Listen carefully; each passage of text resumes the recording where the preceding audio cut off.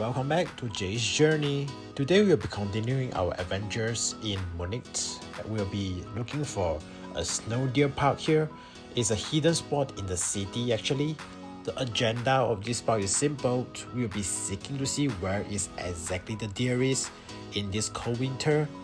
Personally, I'm quite a fan of the wildlife, so being able to interact with live deer is quite an exciting thought to me. At the entrance of the park, there's this small little eatery place where we can get fire, drinks, meals, and look at that. We are using some traditional wood burner, the old school technology here to get the heat, which is pretty cool to me. After all, from the place that I came from, Singapore, right, we don't really have winter. Thus, all this is fascinating to me, including this snow spot here. Next up, I will be having this hot red wine. It is the magic here, as after heating over the fire, the sugar in the red wine had hit a temperature where you get this light caramel taste. Paired with a German hot dog, it is a simple meal, but it cuts through the cold winter, giving me enough fuel to keep going. Now that we have some food in the stomach with some alcohol to keep me warm, it's time to keep the journey ongoing. We are here for the main agenda to seek out the deer in this park.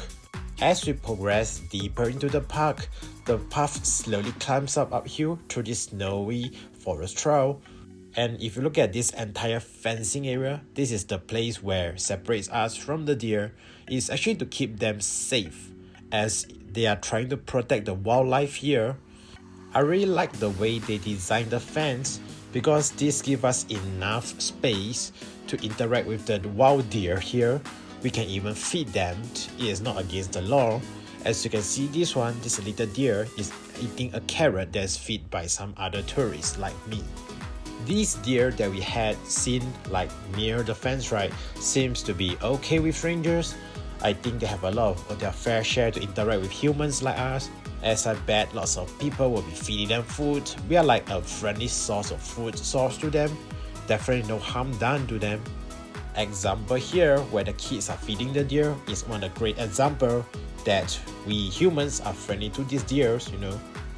Just gotta be careful with your fingers, make sure they don't bite it off. Over here, there's some kids that's doing a mini version of this ice cross downhill. Of course, it's a light hill, but after all, it's still pretty cool to see how they play around it. This definitely looks fun enough for me to try a round too, if possible. Let's continue back our hunt for the deers.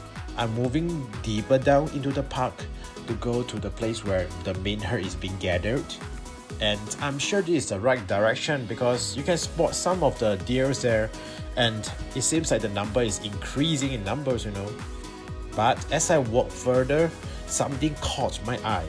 Do you see those bigger ones with horns that shows up? Those are likely the dominant alphas of the herds. And look at how these deers approach me. The youngest one without the horns is approaching, while those with the horns are actually standing more towards the back or the meat of the herds. Those alpha males, as you can see, right, is standing inside the herds, and they give off the vibe, right, that they are the royalty of the group. And look at this size of the herds. There's lots of deer inside. And some history, right, is that in the past, Europeans have actually gathered down those deer and used them as a hunting ground. And they are keeping them here for leisure purpose. But right now they are being protected, like fully protected. So don't worry, no deer will be hurt in the process of this filming or later stage. And look at that massive horn. This is totally awesome to view them such up close area. Interacting closely with wild animals is such a wow experience here. It's fun though, and it's a new experience to me. I really enjoyed this, and I hope that there's more experience behind waiting for me. Don't forget to subscribe to Jay's Journey for more adventures as our travel in Munich continue.